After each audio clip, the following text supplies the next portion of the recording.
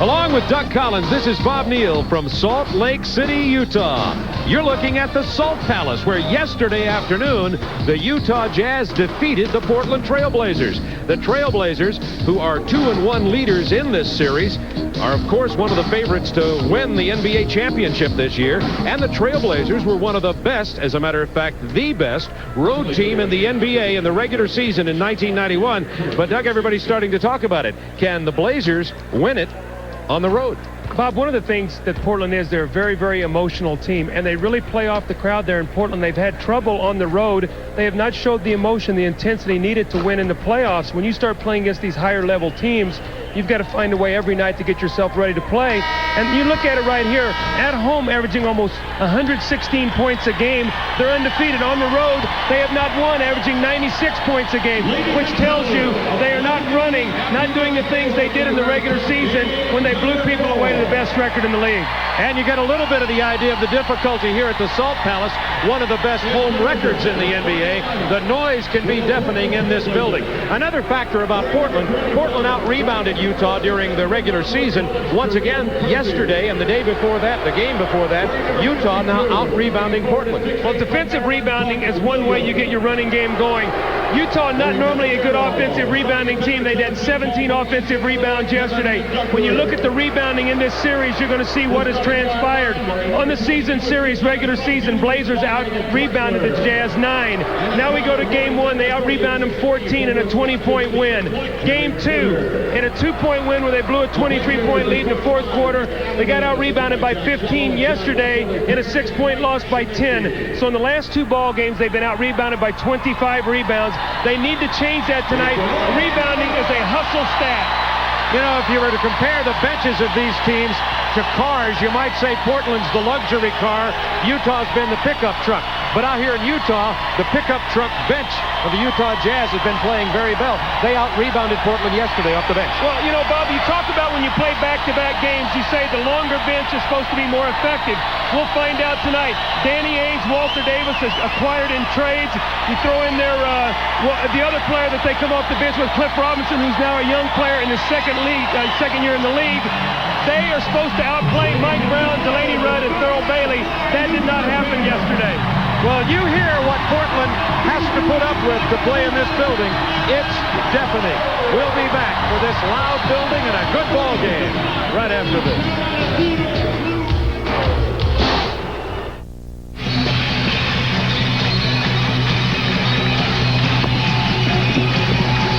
Ready for the starting lineups between the Blazers and the Jazz. Williams, Kersey, Duckworth, Drexler, and Porter. Malone, Stockton, Eaton, Edwards, and Malone. The Blazers leading in the series 2-1, but the Jazz got the victory yesterday here at the Salt Palace. The Jeep Eagle starting lineups. And we're about ready to tip this thing off here at the Salt Palace. I might make a technical note here. At the beginning of the game, the shot clocks that are normally above the basket are not functioning properly. So we're back, as Jess Kersey said, to the archaic days when Doug Collins played. Yeah, that was nice. To putting the shot clocks in the corner on the floor. You'll note them over on the left side of your screen. Let's see if the Jazz go right into their money play. Karl Malone. They did, and Malone misses the jump shot. He hit a jump shot to open yesterday's ball game scoring for the Jazz. Porter being defended by John Stockton. 10 to shoot for Portland. Porter on the drive over Eaton. Rebound Drexler. There's that offensive rebound. Buck Williams against Karl Malone. Kicks it on the sideline, lost out of bounds with 13 on the shot clock. And that's a matchup to watch. Buck Williams against Karl Malone. Karl Malone, the better offensive player, but Buck Williams, the Utah Jazz coaching staff feels does as good a job against Karl Malone as anyone in the league. Clyde Drexler averaging a triple-double during the playoffs, but he struggled in game number 3. Duckworth open from 14. That's the shot he's going to have to make. They're not going to be able to post up Mark Eaton with Duckworth. In the series, Duckworth shooting only 37%. He's got to come out on the floor and make the little 15-foot jump shot. Karl Malone, who had 21 rebounds yesterday. Mark Eaton, who was in early foul trouble. And John Stockton, who runs the show. Malone against Buck Williams. Into Mark Eaton. The hook shot from Eaton won't fall. Rebound Porter. Kersey on the run. The reverse doesn't fall. Jeff Malone with the rebound. Porter with the near steal.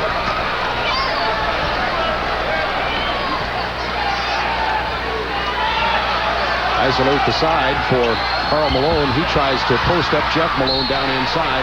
There'll be 6 seconds to shoot for Utah.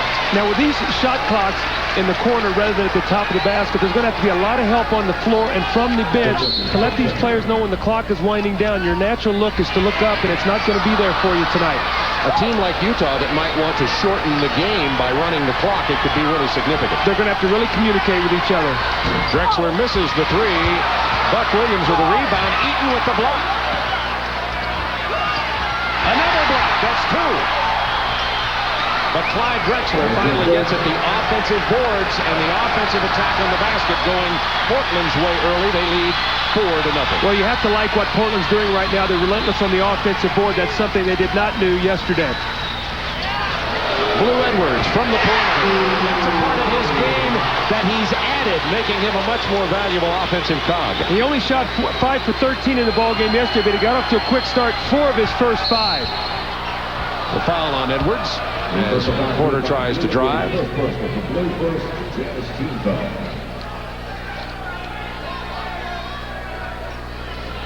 This is why Mark Eaton is in the ballgame. His presence underneath the basket. He blocks 2 shots in this sequence. There's one. The rebound is going to come, and he's going to get the other one before Drexler lays the ball in. As Buck Williams misses the 10-footer, the defensive rebound goes to Utah. John Stockton on the drive. How did that go in? It's tied at 4.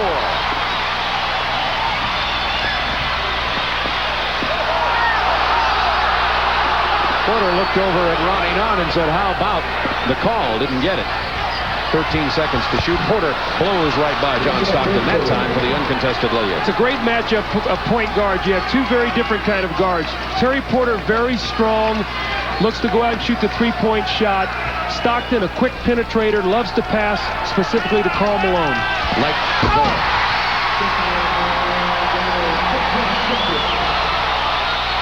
Karl Malone with the power jam. The mailman tied at 6. Jerome Kersey looking for Williams, posted against Karl Malone. They reverse it to Porter. Now to Duckworth. Has trouble down low against Eaton, as you might imagine. See, he's going to have a tough time getting that shot off.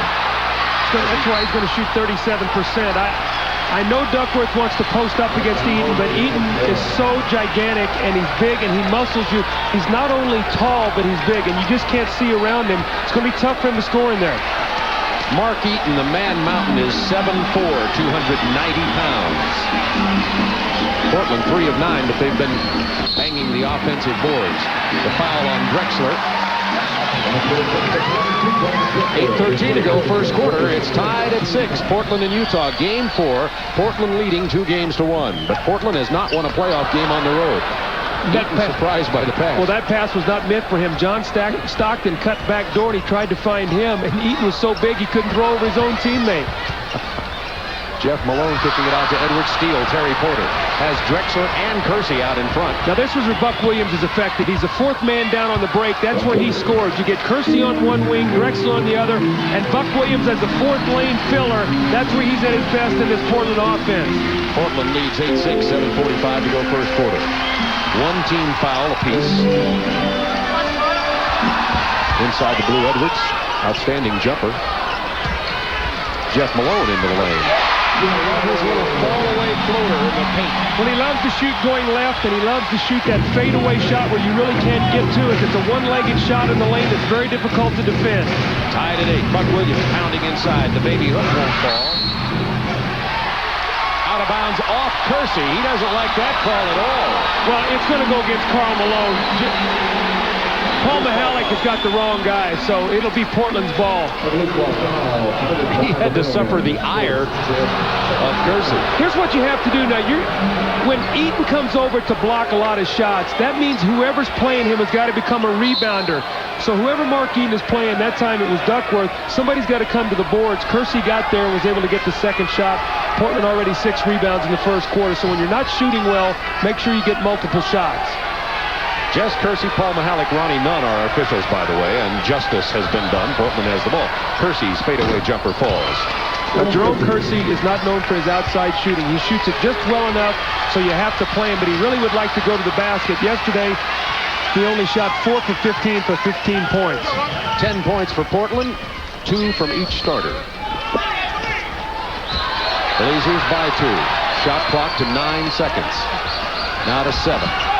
Malone into the lane, and he'll go to the foul line. Something he did not do in the first half yesterday. We have a timeout on the floor with 6:43 to go in the first quarter.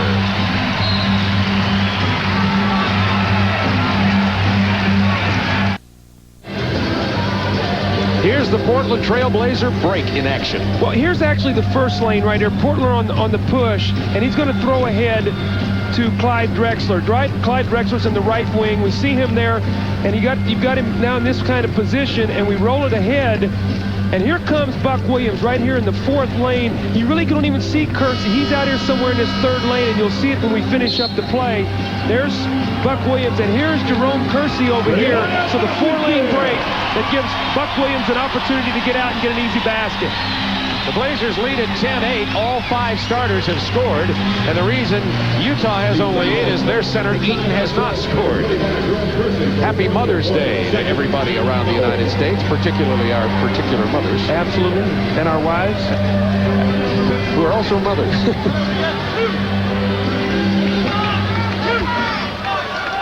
A lot of moms have been treated to a basketball game by some fast-thinking sons and husbands here tonight.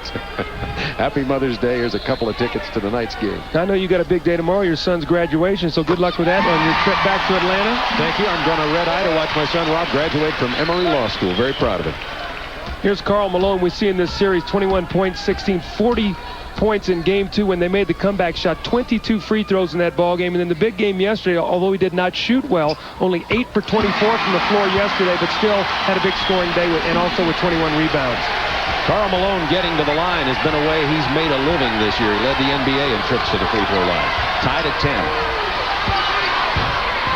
Stockton with the long rebound off the Kersey miss.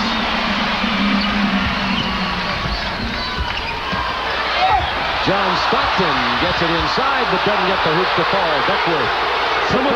Someone's got to stay back with Stockton now. They'll throw back down the floor, so you got to stay back with him.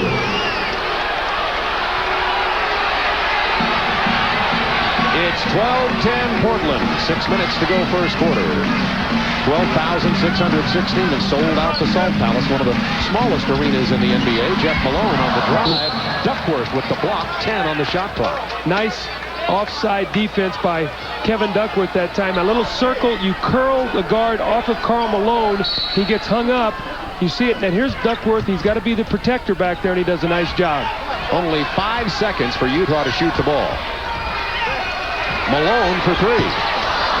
Got to let him go on the fast break now. Long shots, long rebounds. You get a fast break opportunity here. Here's what they call the continuity. They get the break, stop it, and then wheel it around again for the quick shot. Duckworth. Drexler's done a great job on the boards. Porter with a beautiful pass, surprising Duckworth a bit, but he recovered and got the basket. Duckworth has 4 points. You know, you look at Clyde Drexler, only shooting 38% in this series, Bob, but 10 rebounds, 10 assists, almost 3 block shots a game. He's playing every phase of the game very, very well, just not shooting well right now. Jeff Malone, somebody they have to get into the game flow with his perimeter jumpers, misses this time. Blazers by 4.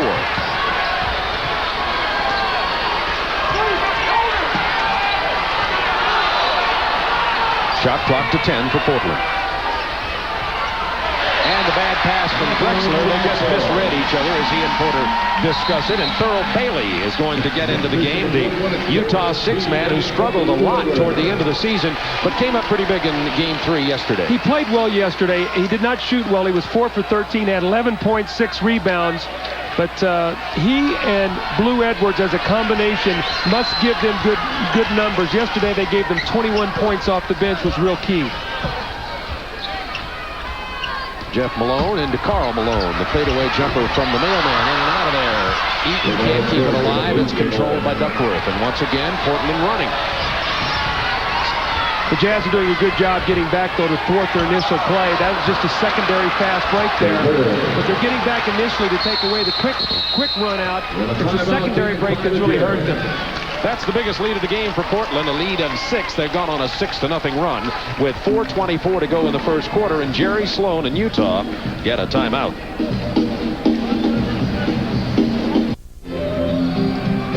Trailblazers on a 6-0 run over the Jazz. Terry Porter has 6 of those 16 points, and offensively, Portland said they needed to go to the boards, and they are doing that. 5-1 offensive rebounding edge at this point in the game. What I really like, though, is their defense. They're doing a good job defending. They're giving up no second shots. They've done a good job pushing Karl Malone away from where he really likes to post up. He's been a jump shooter here early in the game. That will also keep him off the free throw line. I really look for the Jazz in this timeout to try to get the ball in low to Karl Malone rather than have him take a jump shot. So we'll see if they come out with that little play they like to run. Screen across, bring him to the post, let him get great post position, maybe draw a foul or get a layup. Utah has missed 6 consecutive field goal attempts.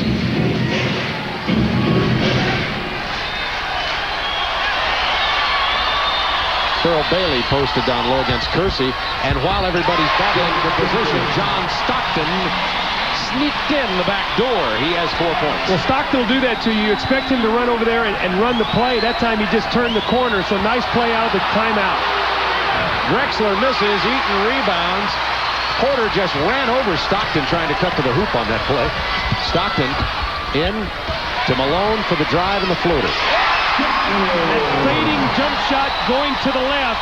What an acquisition Jeff Malone has been in the playoffs for this team, doing a great job.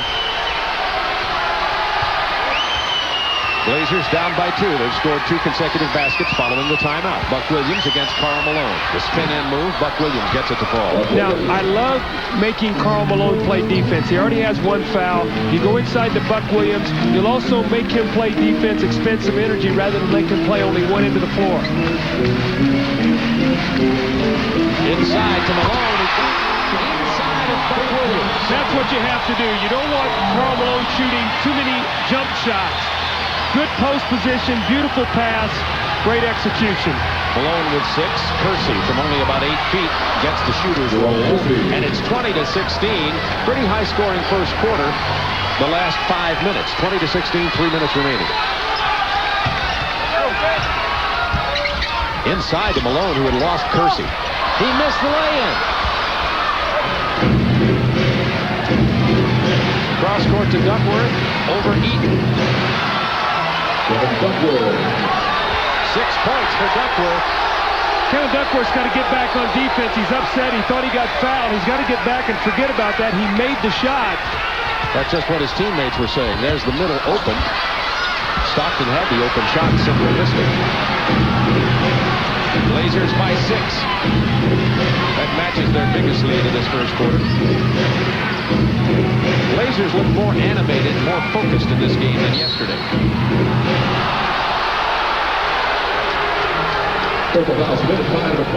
Well, you start realizing the task at hand. You see Chicago winning their first series by a sweep. You see them up 3-1 right now. You see the Lakers sweeping their first round up 3-1 right now, and all of a sudden you see yourself being challenged in a 5-game series, and now in a situation you don't want to go 7, so the number of games you play in the playoffs start to take its toll. You want to get these series over with if you're supposed to win them. Danny Ainge misses the lay-in. That foul was on Jeff Malone. 3 team fouls against the Jazz, 2 against the Blazers so far.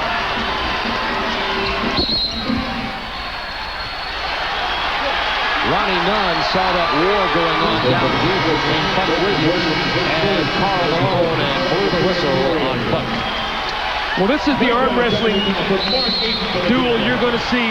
Buck Williams trying to do his best. I mean, Karl Malone is a load. There's almost a takedown. You had the half Nelson and the foul. Big ratings on wrestling. We don't mind a little of that. Now you see already Kevin Duckworth coming out of the game. Mike Brown coming into the game. So Mark Eaton coming out of the game. So taking a chance, both guys best big men. Earl Bailey gets posted inside. Nice entry pass.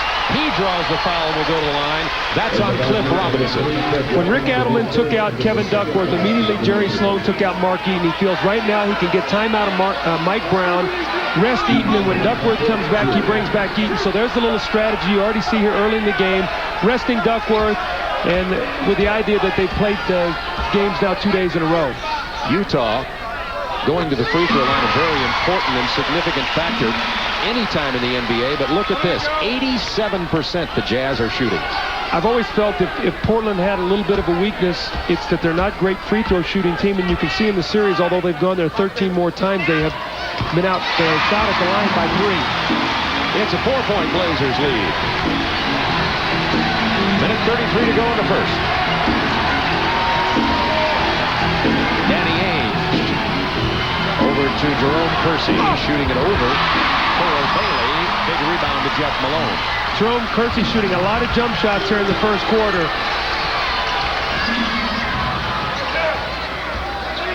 John Stockton pulls it back, is looking to post up Thurl Bailey. He's got a mismatch against Ainge. They have to double team. Bailey puts the shot up, and he is fouled again. Danny Ainge called for the foul. Good recognition. This is what good point guards are supposed to do. You see John Stockton waving over the offense, says get out of here so we can isolate. Let's get it into our big guy. We've got a mismatch, get a double team. He drew the foul. A strong move by Thurl Bailey taking the ball to the basket. That's what you want your 6'11 player to do when he's around the basket, not to fade away and shoot the little jump shot, especially when you're shooting 33% from the field. Thurl Bailey went scoreless in one of the Phoenix-Utah playoff games, something very unusual for a consistent 6th Man of the Year candidate, as you look at Rick Adelman, the Portland Trail Blazers head coach. Bailey knocks him down, and Utah continues their torrid free throw shooting. 6 out of 6. Portland has yet to go to the line.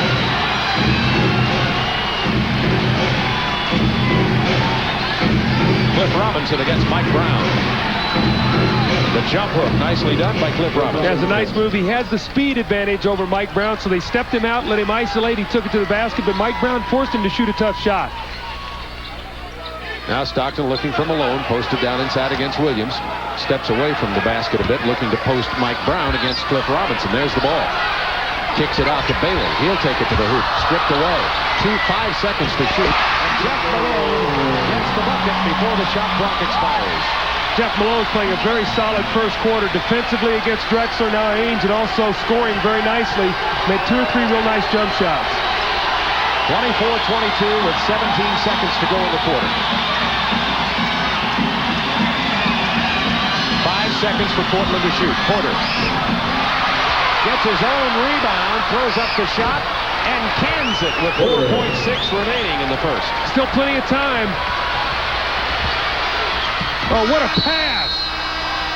It was too late. The buzzer sounded at the end of the first quarter. The Blazers by 4, 26-22. It was tied at 28 in yesterday's game.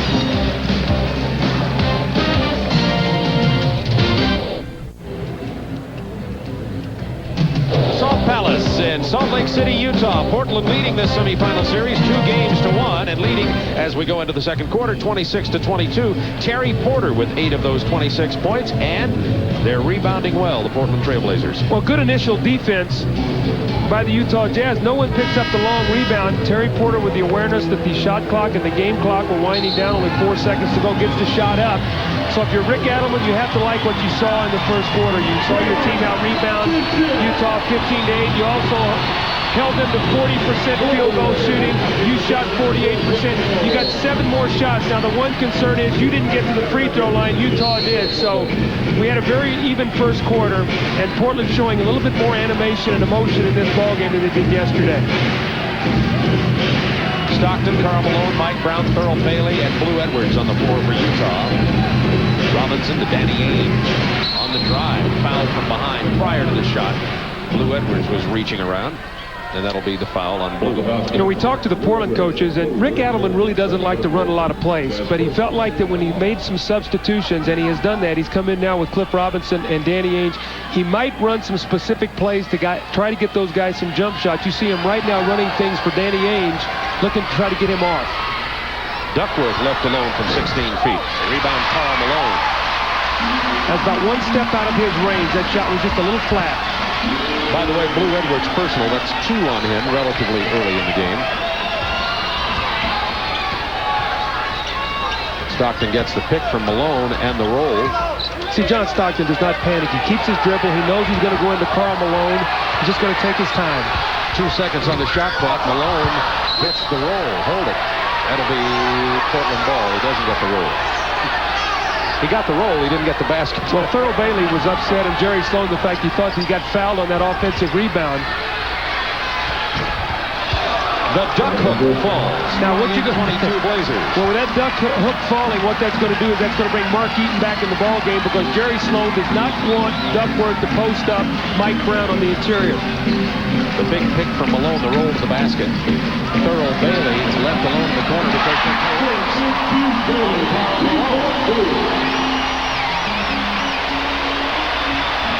Cliff Robinson hard to the hoop again, stripped away by Bailey. Karl Malone to Stockton. Mike Brown.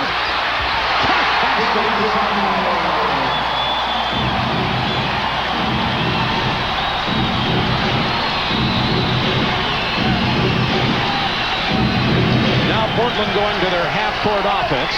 Less comfortable in this than running and gunning. Into Buck Williams. It's out of bounds off Karl Malone with 9 on the shot clock. Karl Malone would be a great heavyweight fighter. He has such quick hands. He was actually beaten on that play, and he got back in there and stripped the ball from Buck Williams. Watch this now. The pass is inside. He's beaten. He's fallen back, and look at him strip him down low. Just great hands by Karl Malone for a big guy to be able to break that play up. Robinson hard to the hoop, right past Mark Eaton. Well, that's what Cliff Robinson can do. He's about 6'10", 6'11". He's quick and he can finish around the basket. The one thing is, he's not a good free throw shooter. Thurl Bailey with the foul, and Mark Bryant coming into the ball game for Portland. Cliff Robinson twice now has beaten his man off the dribble, going right to the middle. You see the slicing move actually to go around Mark Eaton. Slices in the lane and gets the foul. 1 for 4 from the free throw line yesterday. Only 7 for 13 in the series, 53%. Robinson to the free throw line. As you can see, averaging 7 points and 4.5 rebounds. Pretty good numbers for his limited minutes. Rebound Eaton.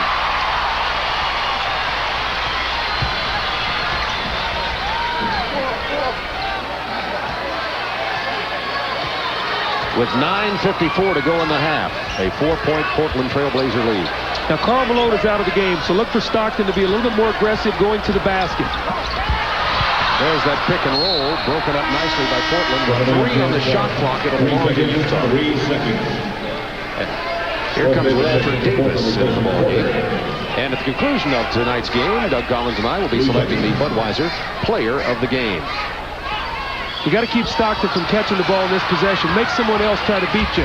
Stockton with the curl pass, but the violation as the shot clock expired. Bob, with the shot clock winding down, the only creator on the floor is Stockton, so you can't let him catch it. They did a good job of double teaming him, forcing the shot clock violation. Going to get some rest for Stockton here in a moment. Delaney Rudd will check in for Utah. Stockton with a foul on Danny Ainge. And Stockton will get a rest to think about his personal foul. And Delaney Rudd, who played well in relief of Stockton, to give him quite a bit more minutes of rest than I think Portland would like for him to have had yesterday. You can see the strategy. They do not want Delaney Rudd playing against Terry Porter. So the minute Terry Porter goes out, they put him in to play against Danny Ainge. Ainge with a long jumper from the perimeter. That's where you get matchups in a series. Coaches know who they want certain guys playing against, so when substitutions are made, they follow suit. 6-point lead. That matches the Blazers' biggest lead of the game. Wave off that basket. We had the whistle from Paul Mahalik. It's on Mark Bryant, a defensive foul on Mark Bryant. Now, with the team that Portland has on the floor right now, Danny Ainge is going to move to point guard, so he will not be as offensive-minded. He will look to be more of a passer. Look for them to try to get Walter Davis coming off some screens. They acquired him to make some shots and score some points for him off the bench. This is where they'll need him. Inside to Mike Brown. Turnaround jump shot. Not exactly Mike's specialty, although he certainly played big yesterday with 12 rebounds.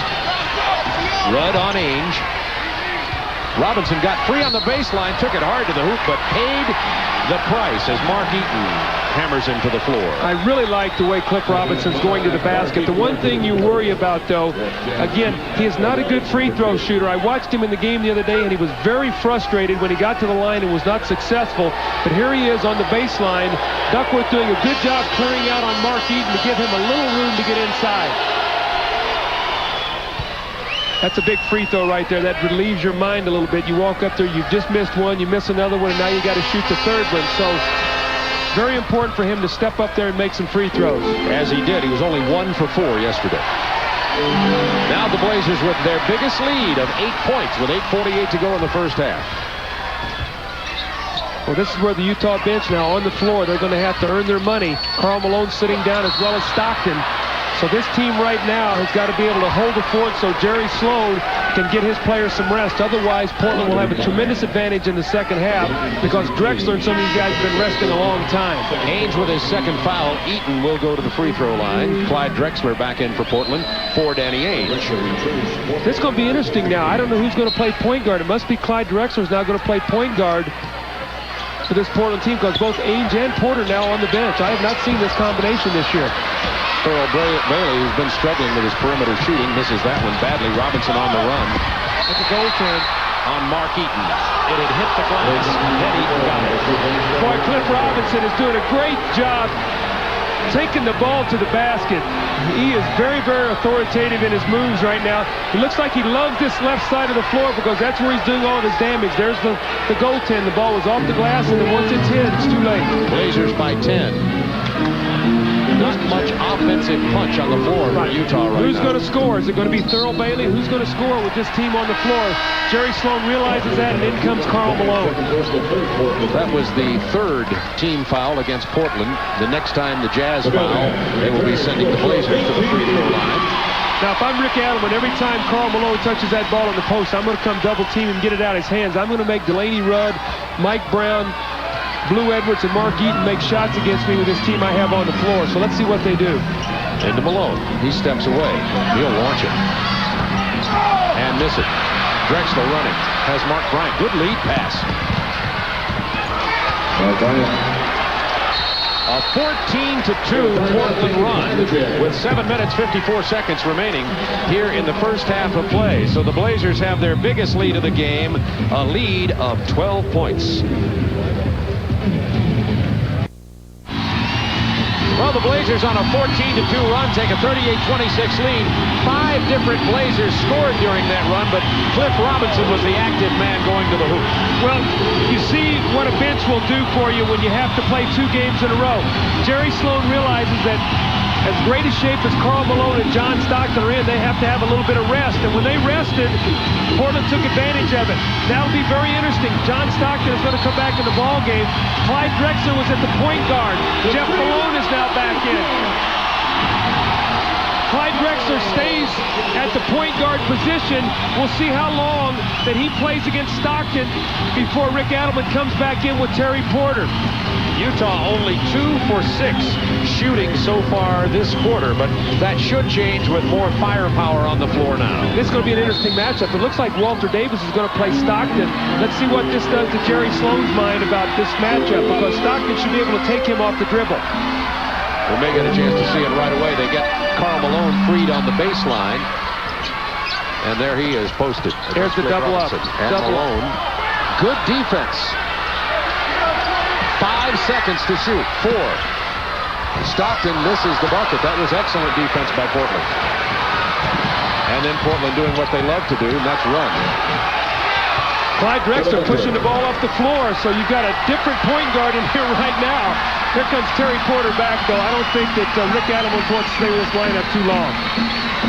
Earl Bailey's going to get on the floor just a moment also as the coaches try the chess moves. Nice pass. Jeff Malone with the jump shot over Mark Bryant. Now, Portland's got to keep running. They don't want to stay in their half-court game. Keep running. You have the advantage when you push it. You get into a half-court game, you allow this Utah Jazz to set their defense. Flashing into the paint, Cliff Robinson. His turnaround jump shot doesn't go. Loose ball foul, Portland.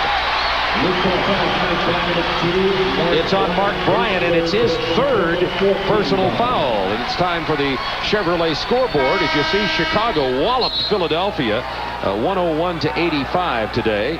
Great defense played by Chicago in that game. Horace Grant had a real big game. Came back very strong. Did a great job defensively on Armand Gilliam after he had a 25-point third game. And the Lakers beat Golden State 123-107. Chris Mullin struggled mightily today, and Sam Perkins played very big inside. That's the Chevrolet GMC truck scoreboard.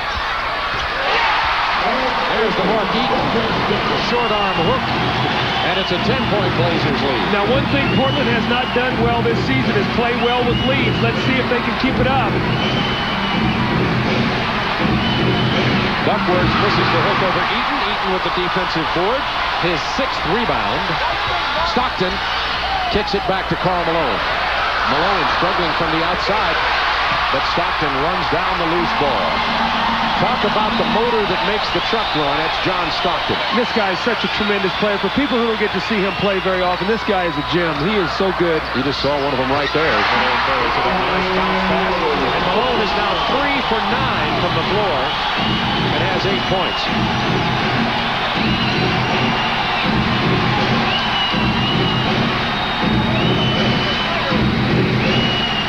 Stockton with the steal. Malone. Well, the crowd was ready to explode there and didn't get it. This has been a series of spurts for both teams. Yes, it has. And right now, Portland has got to calm themselves down. Here's a steal by Stockton, just reading the eyes of Terry Porter, making the nice play. I think they're going to go to Drexler here, see if he can get a score against Jeff Malone. They've isolated the side. He's going to get a pick out of Duckworth. And the answer is yes, he can get a score. 6 points for Drexler.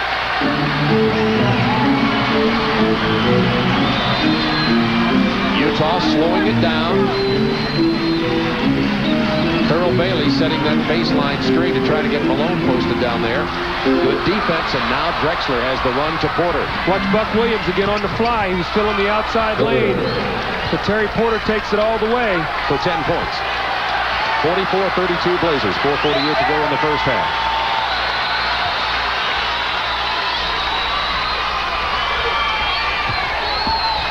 Malone once again trying to get around in front of Buck Williams down there. And Porter once again breaks it up from Stockton. A foul from behind.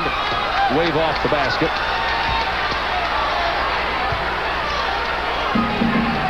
Terry Porter, 2 big plays. You don't see this happen very often. This is 2 straight possessions where Porter has very active hands. He bothers the passing lane of John Stockton. Good foul there by Thurl Bailey. He's going to make Terry Porter make 2 free throws. Clyde Drexler had a dunk at the end of that play.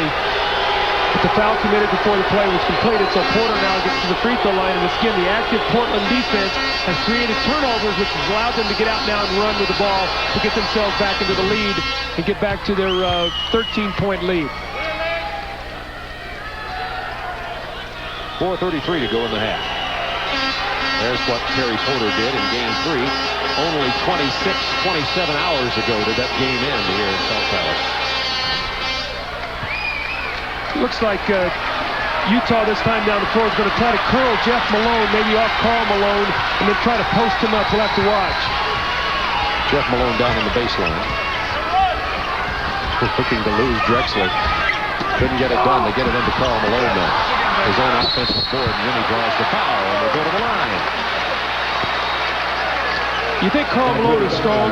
You look down at Kevin Duckworth and Buck Williams have both been knocked down on the floor. Drexler comes in from behind. But watch this, brute force. Buck Williams is going to go down. There's one. Now here goes Duckworth is now down. There's 2, and Drexler prevents the foul, or the layup, and gets the foul. So he's going to make Malone earn them, which is what you have to do in the playoffs. No dunks. Malone has 1 field goal in this quarter, and that's all. Drexler has 2 personal fouls. Lou Edwards will be getting back into the game for Utah in a moment. He'll come in right now for Thurl Bailey.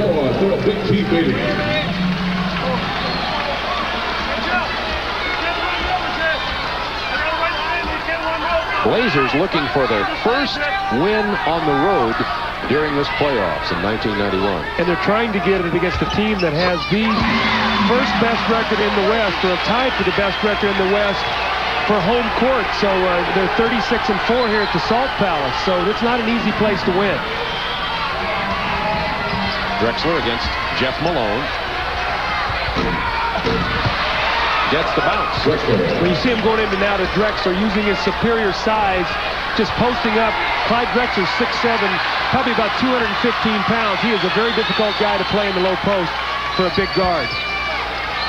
Now Karl Malone's trying to play illegal defense call against Portland. There's something that's fun to watch. Malone, the point guard, trying to post up with John Stockton. Stockton is one tough kid. I tell you, he and Mark Price set as good as screens for their big guys to get open underneath the basket. Look at him. He just throws his body in there, and he holds the screen to free his big guys. What a tremendous asset for this team. Blazers by 15. Malone with the turnaround jumper.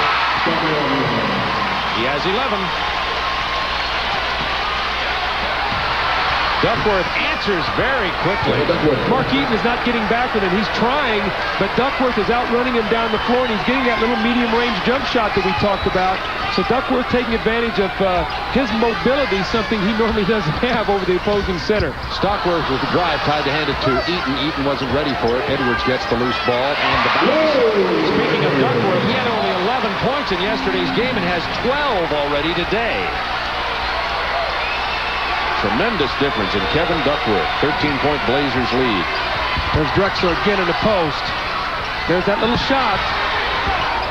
Not this time. Buck Williams with the offensive board and the putback. This is a different Portland team than we saw yesterday, Bob Neal. This is a team that's playing with much more enthusiasm, and they have dominated this first half. That was the coaching theme, is we're not going to really make a lot of changes. You fellas just have to play with more intensity and enthusiasm. And they are. I'm not in love with Blue Edwards shooting a lot of outside jump shots. Stockton with the steal.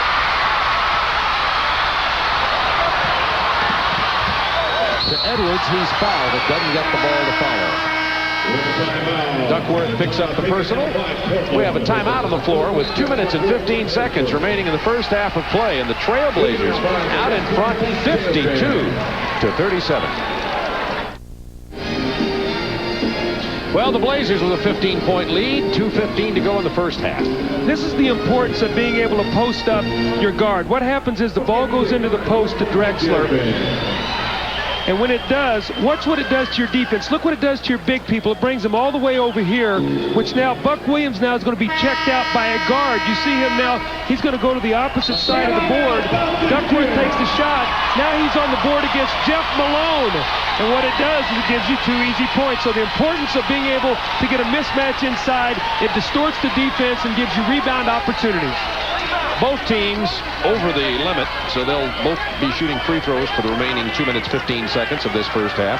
The Blazers out by 15, and look at the rebounding difference. And you're looking at one of the masters of rebounding, Buck Williams. I think this is a very critical time right now, more so for Portland than I do for Utah. And the reason I say that is because Portland has a tendency to, when they get a lead like this, to get a little lax, and they allow a team to get back into the ball game. And I think that they would like to go in there with a 15-point lead rather than a 7 or 8-point lead.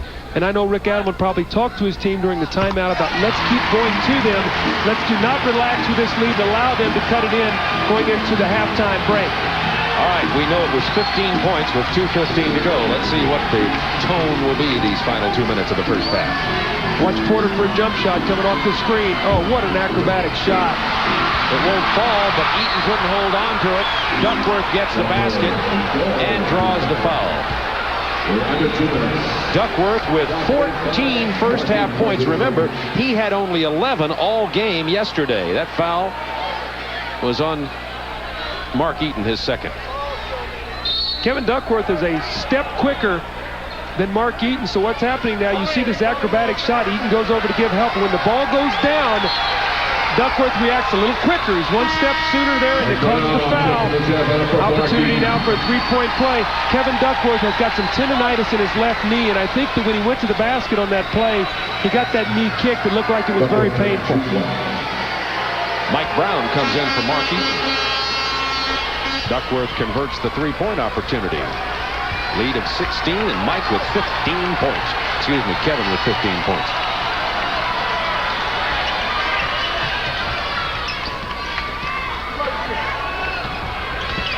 Stockton with 10 seconds for his Jazz to get something started to Jeff Malone off the dribble.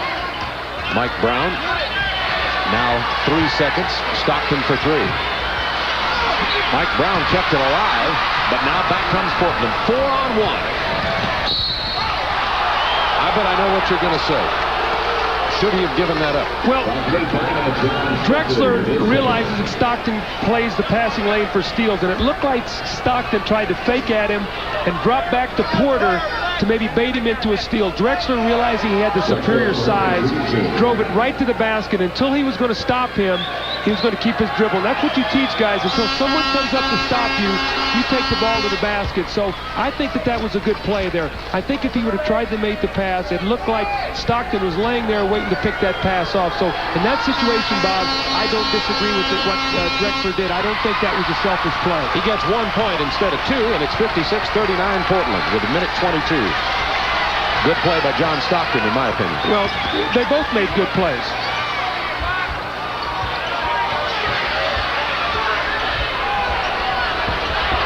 7 seconds to shoot. Now down to 5. Malone muscles inside. And the crowd a little less enthusiastic in this game than yesterday, but one of the reasons is the double-digit lead by the Portland Trailblazers. That's one way to take the crowd out of the building. The crowd out of the game. Not out of the building, they don't. Duckworth, good defense by Mike Brown.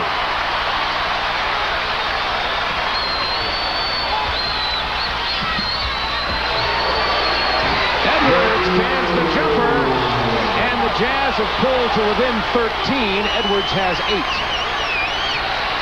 30 seconds remaining in the half. See if they go to Drexler in the post against Jeff Malone. That's what they've tried to do. Buck Williams, power move against Malone. Malone wanted Buck Williams to get called for the offensive foul, but it'll be on Malone. That's 2 on Carl. Again, though, he has such quick hands. You think that Buck Williams has him beat. He looks like he's got the shot, and right at the last minute, he reaches in and knocks that ball loose. But again, they're forcing Karl Malone to play defense tonight against Buck Williams, Bob. They're not allowing him the luxury of floating around in there and then wearing you out on the offensive end. They're going to make him expend some energy, especially the fact that they're playing games back-to-back. Coming up at halftime, the Prudential halftime report, which is only 20.4 seconds away. Buck Williams misses. Ernie Johnson will have scores and highlights from today's Bulls, 76ers, and Lakers Warriors games. He's also going to have a conversation with Celtics head coach Chris Ford. The Celtics holding a 2-1 lead over the Detroit Pistons. We'll have Detroit and Boston on TNT tomorrow night. In the playoffs, Buck Williams 57% from the free throw line.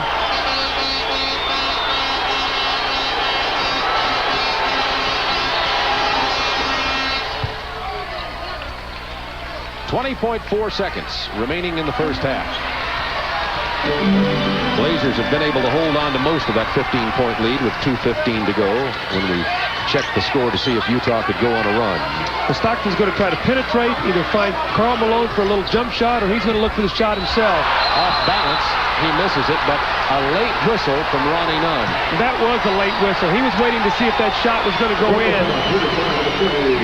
The ball danced around up on the rim before we heard the whistle. This is the sneakiness of John Stockton. Raises you up, now he leans in underneath you. Still no whistle has been heard. Now all of a sudden the whistle blows. You see the strong rebound, you see the head turn. Hearing the whistle blow, Stockton at the line for 2. Stockton with a rare miss. Utah 9 of 11 from the line, and Portland about even with Utah here in free throws now. We have a 20-second timeout on the floor called by Rick Adelman with 2.8 seconds remaining in the first half. What they're going to use this 20-second timeout is they're going to make a substitution. They're going to bring Danny Ainge into the game, Cliff Robinson, 2 better ball handlers, 2 quicker players. Danny Ainge, a 3-point shooter, so they'd like to be able to get a shot off here. Probably Adelman setting up a play right now to get the ball in, push it ahead, maybe get a 3-point shot for Danny Ainge or Drexler. Kind of an interesting shot there. The owner of the Utah Jazz, Larry Miller, sitting there in the purple shirt right behind the Portland bench. In on the timeout. There he is. 57-43 Portland with 2.8 remaining. 57-44. And 91 playoffs.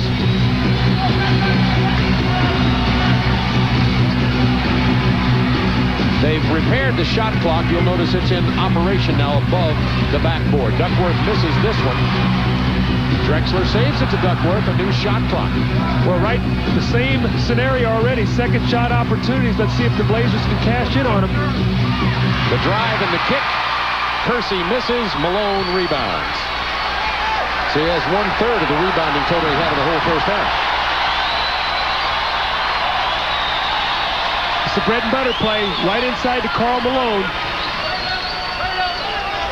They know that and switched on it, and the pass is made to Blue Edwards, who misses the jumper.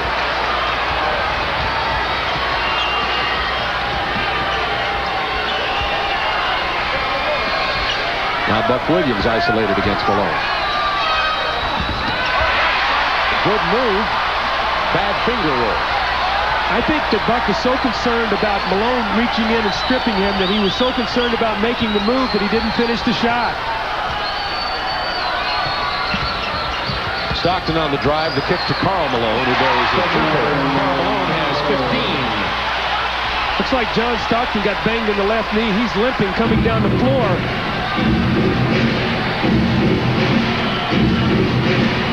Drexler with Malone right in his face takes the jumper. That's a tough shot. When a guy makes a shot, you just have to congratulate him on that one. A hand in the face, fading back. Drexler with 11 points. Drexler is averaging a triple-double for the playoffs in 91. Stockton to Malone again after the drive. Not this time. It'll belong to Portland. Portland up by 13. Early moments of the third quarter from the Salt Palace in Salt Lake City.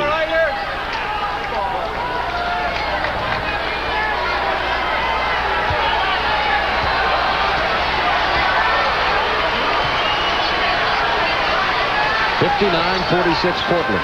9:56 to go in the quarter. Stockton. And the foul is going to be called on Terry Porter. What a great steal. He read the pass, and instead of coming in front of Terry Porter, he comes in behind him. Watch this now. The pass is coming, and instead of coming into the passing lane, he's going to come around behind him and sneak in from the blind side. Great steal that time by John Stockton. Jeff Malone, quick move into the paint. There's the floater. He hasn't missed one of those tonight. I think that's such a tough shot to defend. Getting it on that one leg, rising up and shooting it on the move. Utah cutting into the lead, trailing by 11 now. Kersey trying to create something off the dribble. Portland has 10 to shoot. Rebound Blue Edwards, and now Utah runs. They have the numbers. Edwards can't save it. Get it to your point guard, Jerome. That wasn't pretty. You got to get the ball to your point guard. Porter was running the lane. Foul's going to be called on Eaton, and Duckworth and Eaton are having a few words, and Eaton is having a word with Paul Mahalik.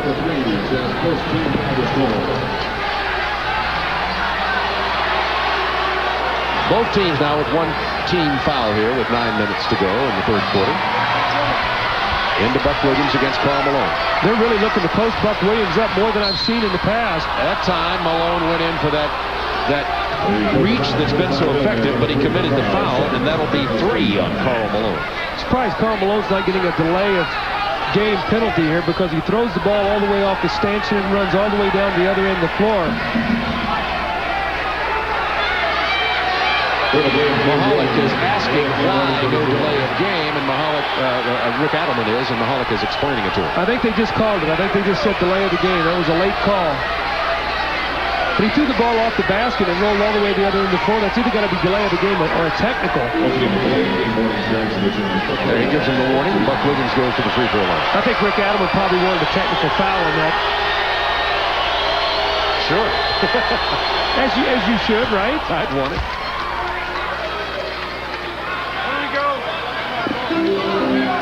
He's in an unbelievable pressure situation this year because everybody expects his team to win the championship. He knows that, and I think he's done a great job of keeping his team on an even keel and not overreacting. There's Malone. Now watch him. He's going to throw it off the basket and rolls all the way to the other end of the floor. Yeah, he could have got a technical. But instead a warning. 61-48 Portland.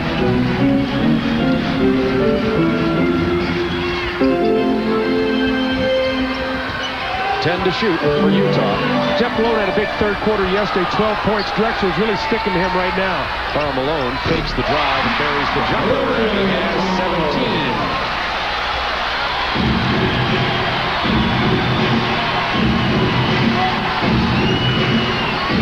They're going to Buck Williams on the other side of the hoop. Duckworth crashing the board. Loose ball foul on Kevin. That'll be his second. When you get Portland in a half-court game, you can defend them. You can see that right now. They're a team that's a high-octane team that thrives off steals, open floor play. Make them shoot jump shots in a half-court game. Stockton is leveled down on the baseline. Now that's what I'm talking about, John Stockton, setting screens. Now here's your point guard going to go over and screen for your power forward to bring him to the low post to post up, and he just gets buried by Buck Williams. And you know what? He'll do it again. He'll do it the rest of the game to get Karl Malone the position down low. Buck has 2 personal fouls now. Jazz trying to cut that Blazer lead to single digits.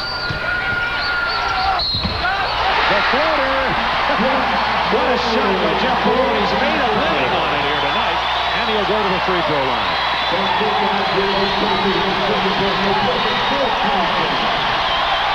That curling shot, 1 foot, driving, falling, fading, and finishing. I like that. Falling, fading, and finishing. Kersey got the personals. 2 fouls on Kersey now. And it's an 8-point Blazers lead. They led by 13 going into this quarter.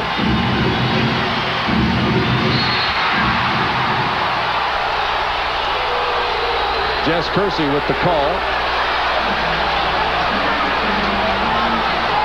And that will be 4 fouls on Martin. Now that will hurt, because what that will do is that will give Duckworth the ability to post up now against Mike Brown, who is a big, strong kid, but he does not have the size to block shots. You see him in a position where he just roots Mark Eaton out and gets to the foul line and misses the first one. So Eaton will go to the bench with 4, and Mike Brown will come into the ball game. Mike Brown played 9 minutes in the first half, had 2 points, and significantly from Utah's point of view, no rebounds. And he had 12 in yesterday's game. So he's going to have to play the remainder of this quarter, so they're going to need him. And he's going to have to step up, and the big thing he's going to have to do is going to have to defend Duckworth in the low post. Jazz trail by 9.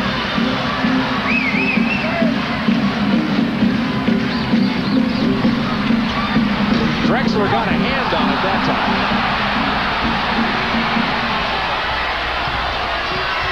Into Buck Williams. Missed the lay-in on the lob from Terry Porter. Utah back quickly. They have the numbers. Kersey with the defensive rebound. This is Portland's pace right here. Rebound Jeff Malone. Once again, here comes Utah running. Karl Malone on the side. Karl Malone couldn't get the offensive tip, and we have a Portland foul. It's on Duckworth. That was some frantic action and nothing happening for either team. Shots missed on both ends. Karl Malone filling the left lane. That's 3 on Kevin Duckworth now, and 5 fouls on the Blazers relatively early in this period. 3 team fouls against Utah. Well, the important thing right now is for Utah to realize that and try to wear them out inside. Keep going inside, taking the ball to the basket. It seemed wide open on the other side. Great recovery by Buck Williams. Stockton had a layup.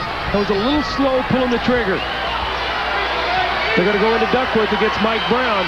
He takes his time, he can get an easy shot. Drexler over Mike Brown, makes the pass to Porter, who's open. Stockton runs at him.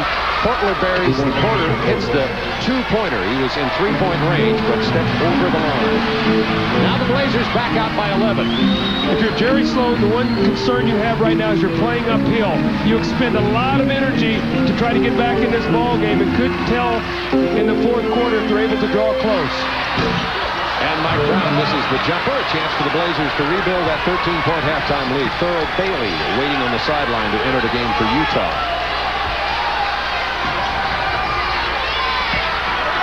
It seemed like Utah might want to be taking it to the hole a little bit because the Blazers have the 5 team fouls already. I agree, and Mike Brown settled for a quick jump shot. That's something that Jerry Sloan does not want his team to do, to take the quick jump shots, because when you do, Portland rebounds it, and now they can get their transition game going.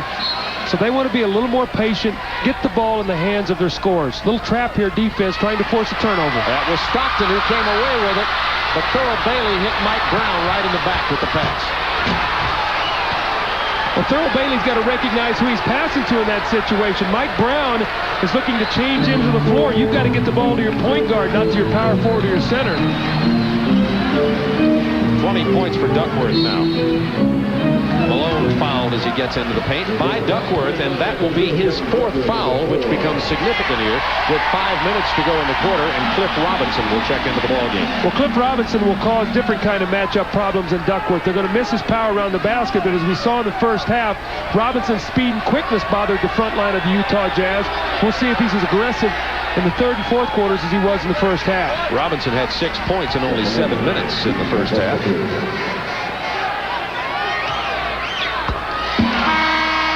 Jeff Malone has 14 in this game. Karl Malone 19. They're the 2 leading scorers for Utah. Now, in the last possession, the Utah Jazz showed some trapping defense, and they got a turnover. Let's see after this free throw if they come back with it.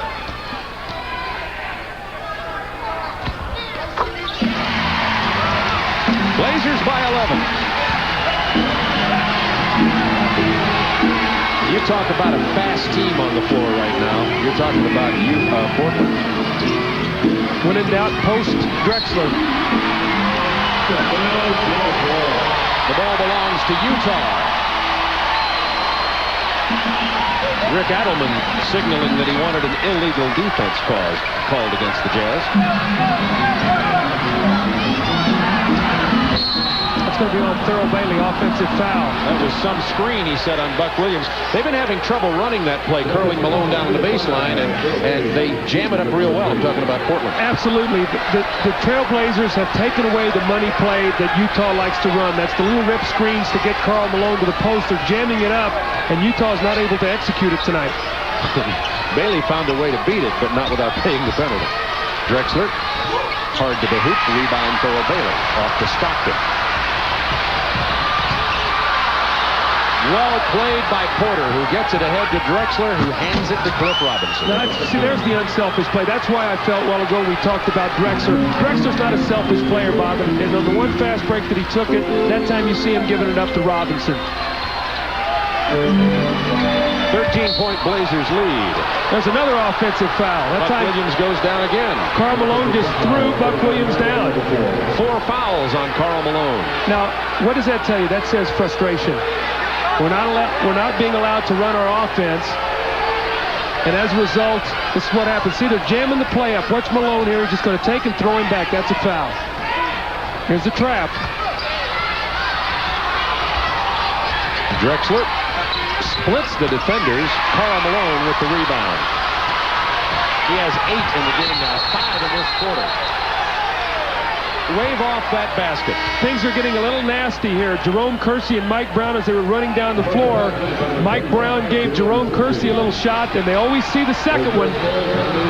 And you see Kersey retaliate, and he gets the foul. He has 3. Karl Malone, you see the emotion on his face. And Mike Brown will go to the free throw line.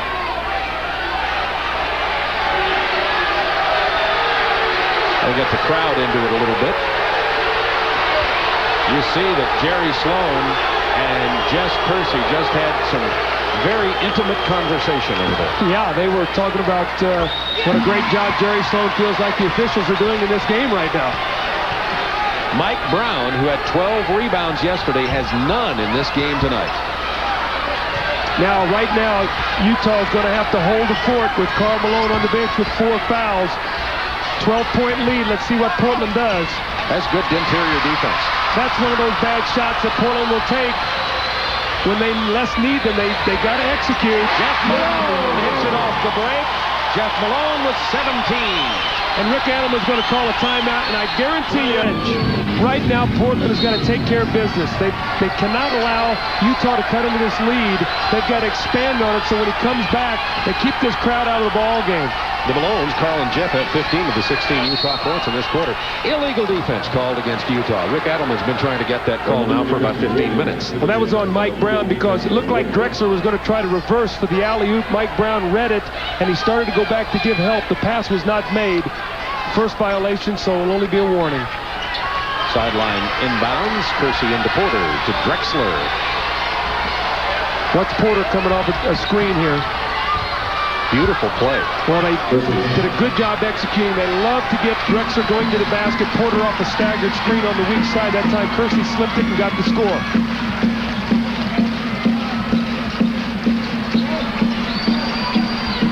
Blue Edwards looking for points. Hands it off to Mike Brown. With about 3 fakes, he finally gets it to fall and is fouled. Well, that's where you want 5 points. That's where you want Mike Brown. You want him inside because he'll work hard for you in there. I had the pleasure of coaching him for a year in Chicago. This guy will do anything you ask him to do. You see him pump faking and taking the ball to the basket strong. Opportunity for a 3-point play, and he's had a great playoff series. He'll make himself a lot of money in this league next year, being a free agent. Jess Kersey alone in the corner as Utah fell asleep. Excuse me, Jerome Kersey. I have Jess and Jerome here. They made a mistake, by the way, in print with these 2 guys. Jess, the referee, and Jerome Kersey. When he was drafted, they said they were father and son. Jess says, well, if I'm going to be the father, I want a percentage of his contract. Well, see, Jess's son actually went to school with Jerome, so they've known each other for a long time. I don't think he's getting the percentage of it. No, I don't think so either. Jerome Kersey went to Longwood College in Virginia. Very similar to the Scottie Pippen story in Chicago when you look at a Jerome Kersey. Scottie Pippen from Central Arkansas, and you see what he's done in the NBA and what he means to Chicago Bulls. 11-point Blazers lead, 2:34 to go in the quarter. Now they're trying to post Blue Edwards down there against Kersey. Excellent interior defense here. And exterior by Portland. 3 seconds to shoot. Stockton has to lean in and throw up a prayer. Good pass, Blue Edwards to Stockton. He misses even that jump shot. You won't see that very often during the course of the season.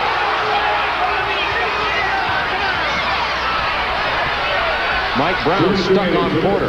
They ought to clear it out and let Mike Brown take him, or excuse me, Porter take him one-on-one. They did.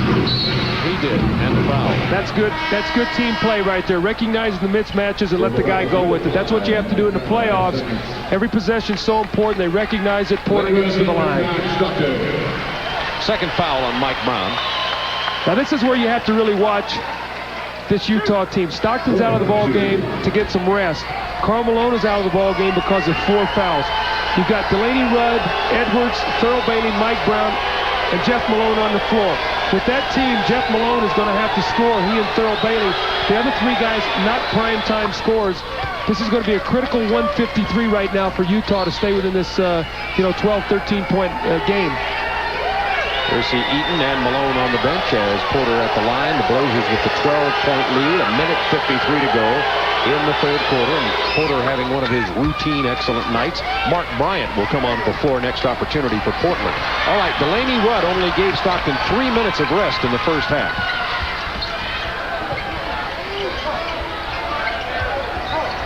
Doing a little passing game offense. Trying to get movement. Edwards, no place to go. 8 seconds. Jeff Malone throws up a three-point. The offensive board goes to Mike Brown. And Cliff Robinson is called for the foul. Tomorrow we will have Boston Detroit on at 8 o'clock Eastern Time. Celtics lead 2-1 after hammering Detroit over the weekend. The Celtics' first ever win at the Palace. Pete Van Weerden will have that game for you. Well, the Pistons now, they always say that they play the best when they've got their back to the wall and no place to go. We'll find out right now because they cannot lose that basketball game if they hope to win that series. They must win and then go up and find a way again to win in Boston Garden. Not an easy task for the Pistons. It looked like the Celtics played a great game yesterday. Got great play out of those young guards.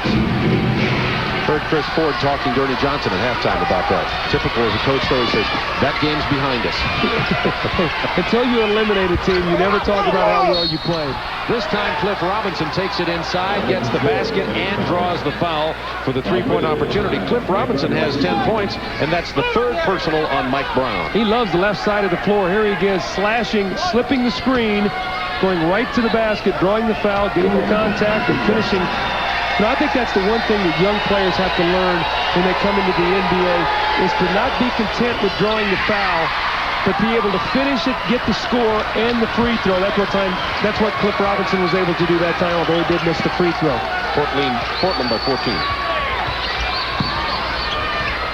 Jeff Malone.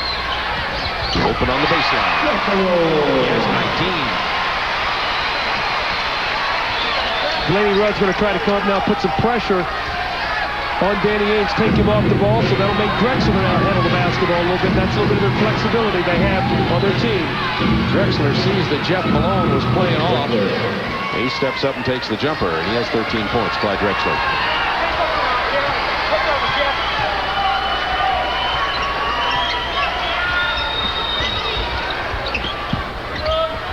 Earl Bailey posted down low.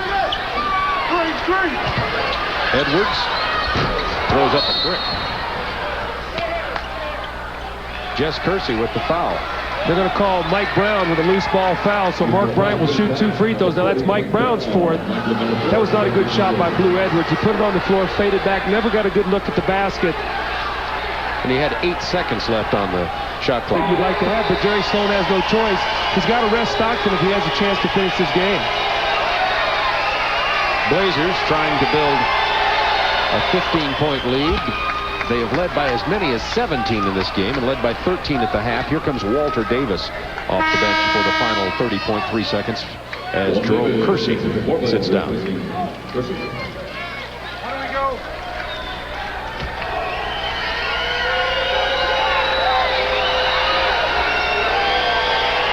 Mark Bryant playing with a sore ankle. Also a tight hamstring on the left. But if you list injuries like that at this time of the year in the playoffs, you have to say something about every player on the roster. Every player would be questionable for the game. 82-66 Portland.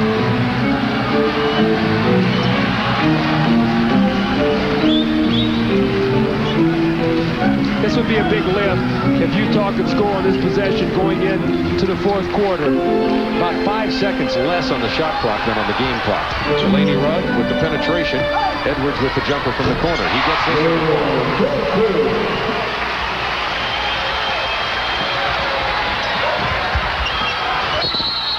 Stepped out of bounds. Robinson turns it over with 3 seconds, 3.3 seconds remaining in the quarter, and an opportunity to pull to within 12. And you got to make him come back to the backcourt. Now they're going to go to him to try to get him started in the fourth quarter. Stockton, Malone, Bailey, Edwards, and Eaton on the floor for Utah.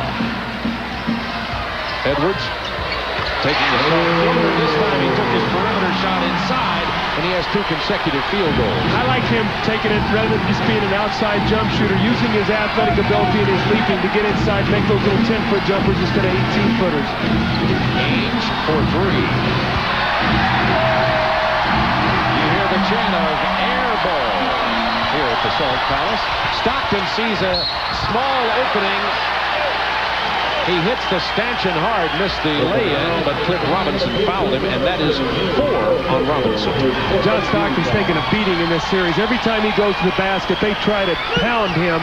You're going to see it right there, and then he falls, hits the basket support, falls on his wrist. He's had his left knee banged. He's been elbowed in the throat in this series by Buck Williams, but the little guy just gets off the floor and keeps coming at you. Something his dad once said to Jerry Sloan, says, you know, sometimes I wonder if John wants to win too badly. Well, that's a nice problem to have. That's something to be proud of in a son. It's somebody who wants to give it to you every night like that. And John Stockton is great. He really is. Coming out of Gonzaga College, the Jazz drafted and said, who's John Stockton, Gonzaga College? I think that's been answered. Blazers by 10 as Utah battles to get back in this thing in the final quarter. 11 minutes to go. Half-court game right now. Portland struggling to get a good shot. There's a block. Eaton got his hand on it. Blue Edwards wisely held it up. Stockton will take charge now with 15 on the shot clock. Thurl Bailey's posted up against Walter Davis. Looked like they wanted to go inside him. Now they're going to Blue Edwards. Well, maybe Bailey will switch sides. Inside against Porter. Illegal defense on Walter Davis. Wave off the basket. Now they're discussing whether or not to count the basket. If the whistle and the shot occur simultaneously on an illegal defense, the shot wins out over the call. That time, the shot came after the whistle, therefore the illegal defense will stand. And wave off the basket, and Stockton will shoot the technical free throw as you see Buck Williams and Kersey back in for Robinson and Davis for Portland. But you might say a 3-point opportunity here. The technical free throw and then possession of the ball again, trailing by 10, now 9. Well, if they get a 2-point basket or a 3-point play here, you're talking about now being a 6-7-point ball game with 10.5 minutes remaining. Far, far from over, believe me. It's a 9-point Blazers lead. Karl Malone has suffered through his nightmarish third quarter again, but he's ready for the final throw. Pass inside the ball for the Jazz.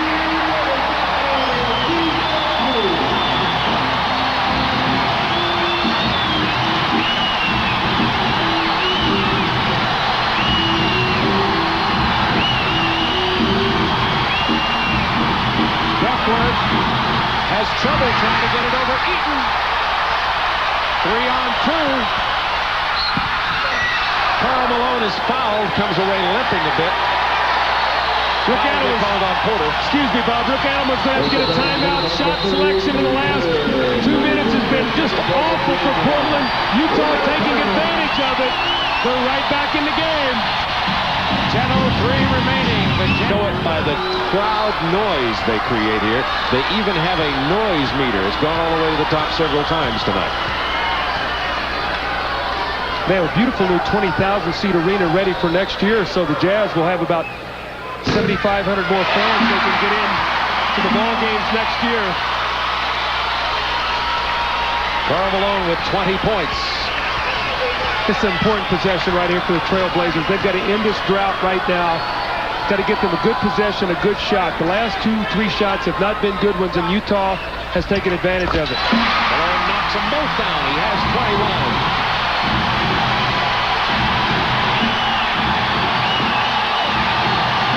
Listen to this crowd.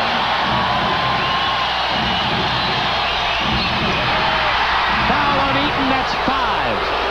You know, I'm a little surprised, unless it was to get Mark Eaton's 5th foul, that Rick Adelman goes inside to Duckworth. I know he had a big first half and has scored well, but he really has not been able to post up Mark Eaton that effectively. He did get the foul here, the push in the back. And it does get him off the floor. And it does get him off the floor, so if the goal was to get the 5th foul, goal accomplished. Mike Brown checks back in. Now Duckworth can post Mike Brown. Let's see if they go into that matchup. Looking for something from Danny Ainge into Duckworth. shot. Leans in and buries it. He leaned past Blue Edwards. We've seen him make many of those in his career. That was a leaping leaner. Sounds like Hot Rod Hundley. That's who I got that from. That's exactly who it is. Jeff Malone will be back into the ballgame for Utah in a moment. Mike Brown posted low. Malone. Tough shot by Karl Malone, and it will not fall. And Duckworth fell out of bounds because Malone stepped in front of Porter. And Duckworth had nobody to throw it to. That was a big play by Karl Malone. There used to be a rule in the NBA. It was called a force out. Let's watch now. Mike Brown, a little push right there as he was running away. I think that was just a little bit of acting right there by Kevin Duckworth. You can't tell me that push right there can push over a guy who weighs 300 pounds. I think a little acting there that cost him. Didn't get a good review from the critics. Percy Mahalik. That was two thumbs down. 84-77 Blazers. Inside to Mike Brown. Powers it up there. Can't get it to fall, but the foul is on Portland.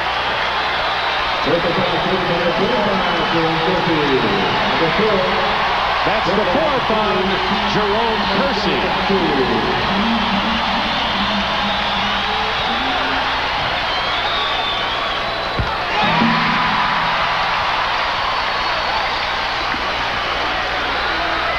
Mike Brown was 4 out of 6 from the free throw line yesterday. He's knocking them down today, too.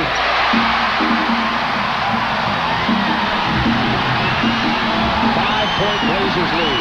You know who has not touched the ball recently is Drexler. They got to get him involved. He's one of their big stars. He's their go-to guy. You got to get him involved in your offense. Duckworth against Mike Brown. The hook doesn't fall. Rebound, Karl Malone. A chance to cut it to 3.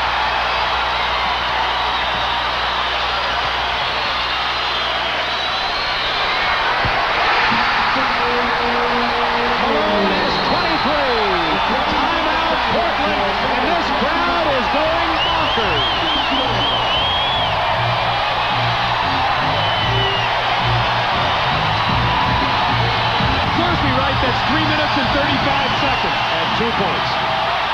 Portland 1 for 5 shooting the ball. Portland has not been to the line. Utah has 7 for 7 at the line in this quarter. There's Drexler getting involved. He can't get it. Foul against Utah. You got to get it to Drexler. He's got to touch the basketball.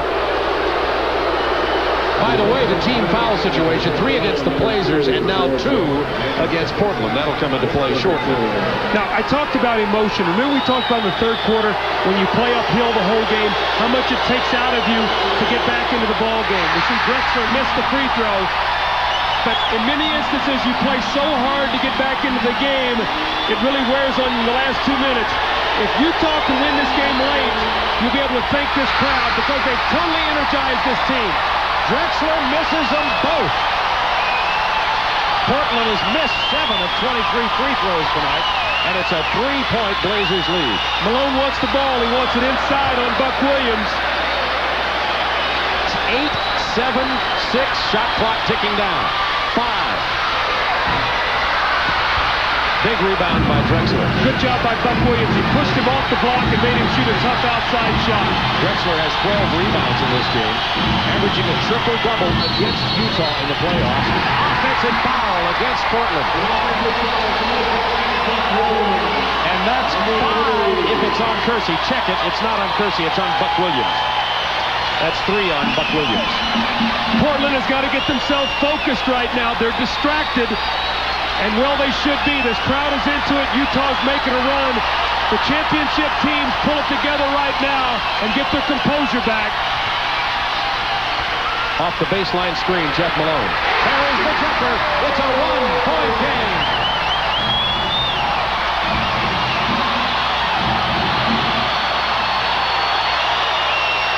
Drexler shoots an air ball. Buck Williams jumps over Stockton. Both of them go into the photography row. A chance for Utah to take the lead. They've trailed in the game by as many as 17, and we're down 13 at the half and 14 at the third quarter. Bob, do you realize if they take the lead, they'll overcome a 14-point lead in just over 5 minutes? And they do! Portland has scored 2 points in the fourth quarter. It's deafening at the Salt Palace.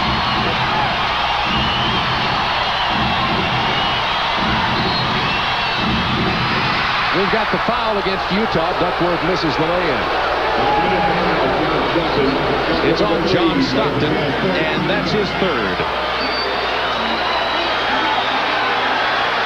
Jeff Malone, you think he's paying dividends in the trade with Washington? What a tremendous shot here by Jeff Malone. That's one thing he does. He gives you another guy that will score in the playoffs, something they didn't have last year. He has 23 points. Duckworth. I'll tell you, this game is wild. The bodies are flying. The crowd is crazy. This is like Chicago Stadium in here right now. And that's saying something. Yes, it is. Stockton with 15 assists tonight on the drive. Takes it back out to Malone for the jumper. Doesn't get his 16th assist as it rattles out of there. See, Portland has stopped running. Everything is in the half court right now. Stockton fell down. Porter missed the jumper. Williams with a rebound. 1 point Blazers lead. 5:48 remaining. Kersey from long range. That's just what they want. Kersey shooting, and Mike Brown gets his first rebound of this game. But it was a big one.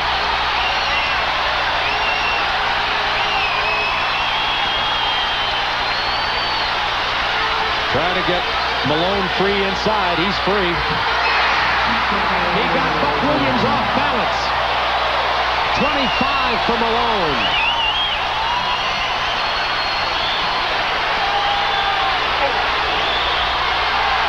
Duckworth. This is what I mean, miss Mark Eaton. He does not get that kind of position, and that's not to try to take a shot at Mike Brown. He's not 7'4". He's not going to be able to get him out of there, and I think it's an excellent timeout by Jerry Sloan. He sees his time getting tired. They're running on emotion right now. The Jazz have pulled to within 1 point of the Blazers with Sherman must continue to attack the basket, especially with Eaton out of the ball game. They don't have a shot blocker in the game right now. John Stockton controlling the ball to Jeff Malone. We have 4:54 to go. Jazz down by 1. Guess who's going to get it? Karl Malone, turnaround jumper. Rebound, Clyde Drexler. That'll quieten the crowd a bit. Kersey, speaking of inside, Kersey and Williams for Portland have only 2 field goals between them since the first quarter. Talking about the jump shooting and the outside play of Portland. Right back inside to Duckworth against Mike Brown. Basket interference. That ball will belong to Utah. Well, Rick Adelman does not like that. He felt the ball was off the rim. The ball cannot be touched while it's on the rim. Let's take a look here now. Duckworth inside. Boy, that ball was off the rim. That was not a good call. The ball was off the rim. Blazers by 1, 4:19 remaining.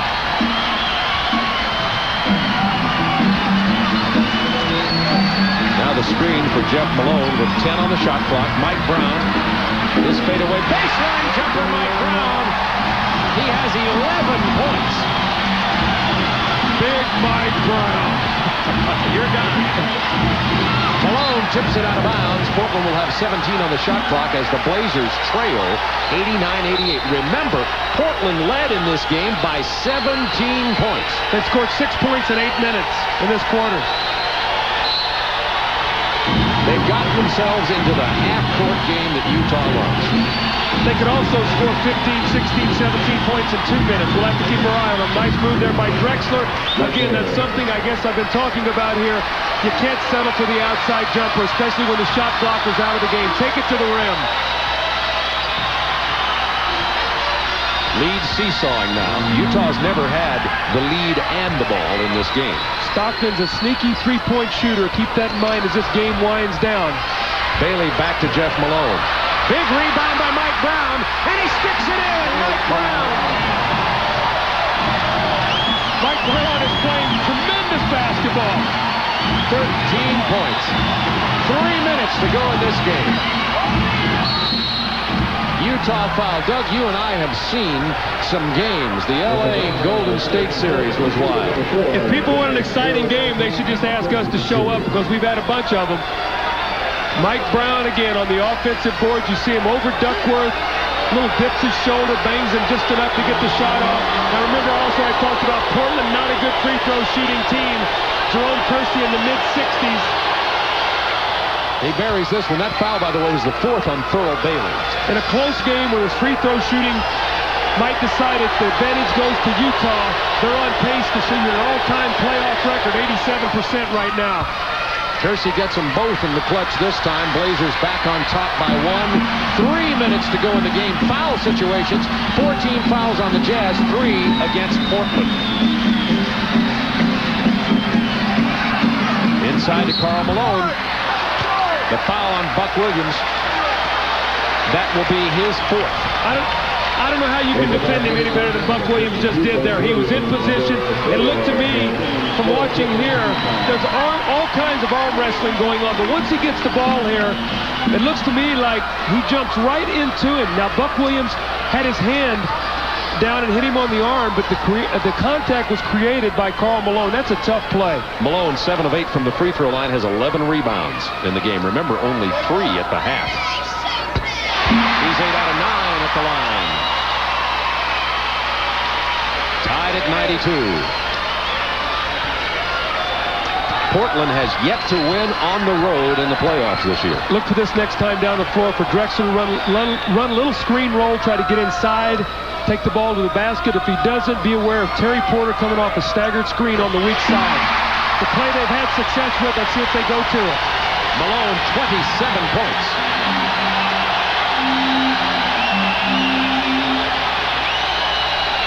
Drexler.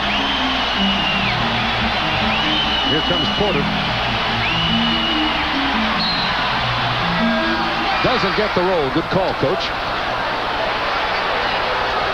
Do you have a wire going over to Rick Edelman's bench? Well, you know, you try to look for tendencies right now in the game, and that's one thing that's worked for them.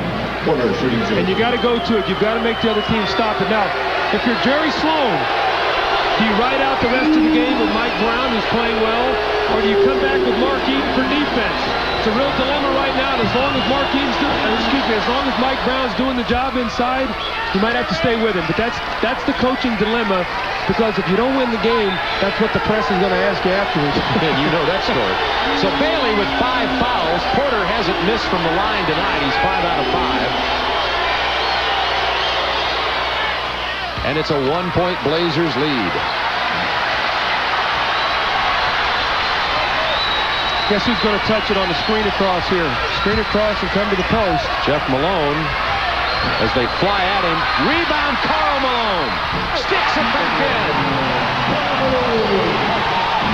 29 for Karl Malone. Down to the 2-minute mark. Blazers with 14 fouls, Jazz with 5. Duckworth is fouled inside. See, Mike Brown just can't handle him in there. Mike Brown has given him some good things, but Duckworth realizes Mike Brown cannot block his shot. So he bangs him and turns and shoots the shot. Mike Brown, all he can do is reach in. Probably the best thing he could do right now is try to defend him without fouling him, because right now Portland trying to score from the field has been a real adventure for them in the 4th quarter. Yeah, they've just been getting their points here. They only have 12 points in the 4th quarter, and most of them have been from the free throw line.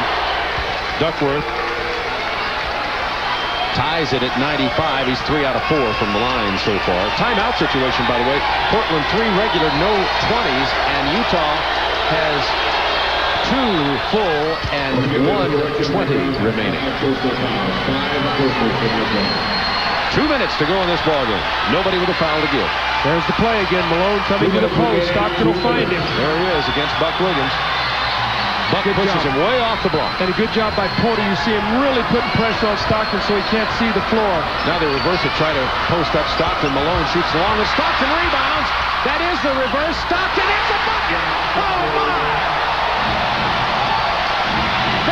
just rolls. You're right. Good call. There's a big pick and the roll to Duckworth.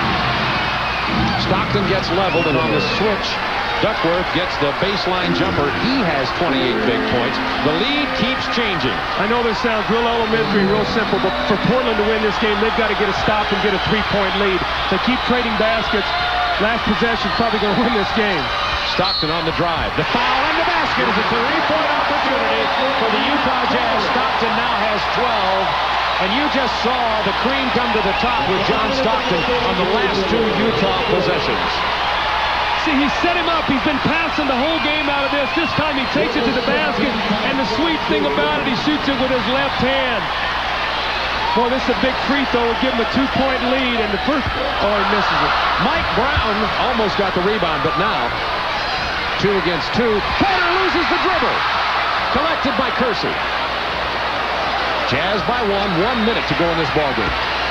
They'll go right back inside the Duckworth. Oh, Mike Brown pulled him down. That's 6 fouls on Mike Brown.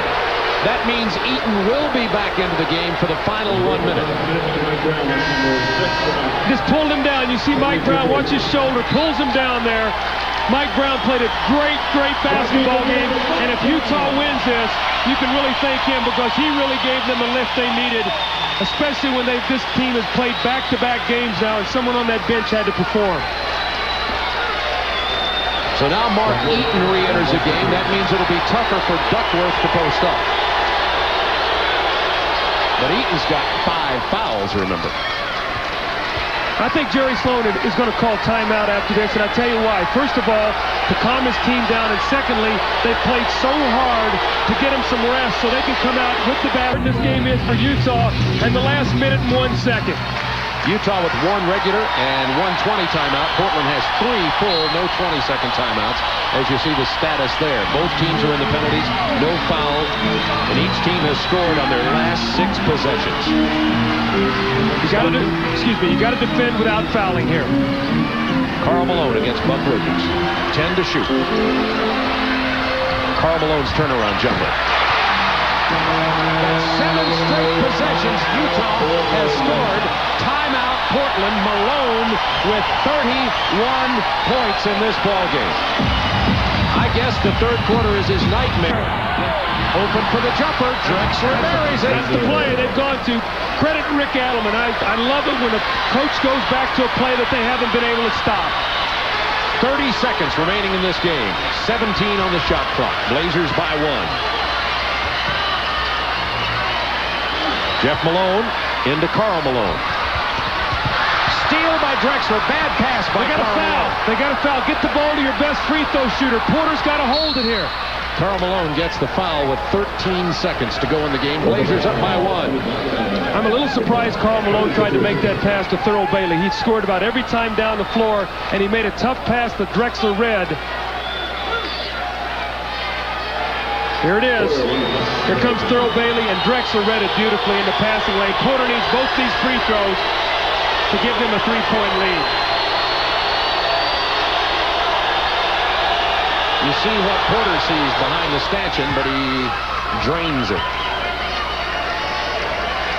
Jerry Sloan with a play call from the sideline. 13 seconds remaining in the game. I think you're going to see Utah push this ball up, probably not call timeout, let Stockton drive it, maybe get a quick 2 because there's still plenty of time. You don't need a 3 right now. You don't need a 3. Stockton's going to penetrate. If a 3's there, take it. Now they have only 9 seconds. Stockton takes the 3. He misses it. Bailey gets the rebound. Back out. Oh, he's got to throw it out for 3. Karl Malone takes the 3. It would have counted, and the Blazers win 104-101. Their first playoff win on the road, but what a game we saw here tonight at the Salt Palace. And Portland takes a 3-1 lead as this series heads Tuesday night back to Oregon. What a tremendous finish. So that's the last 2 games U of I have done has ended on a 3-point shot in the air that would have tied the ball game.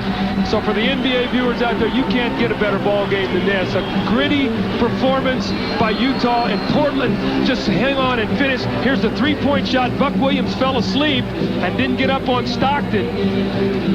Here's the last 5 seconds. This is very similar to what happened in Golden State the other night. They get the second shot at the basket. Karl Malone gets it up. Looks like right on line. It doesn't go. And Portland with a hard-earned three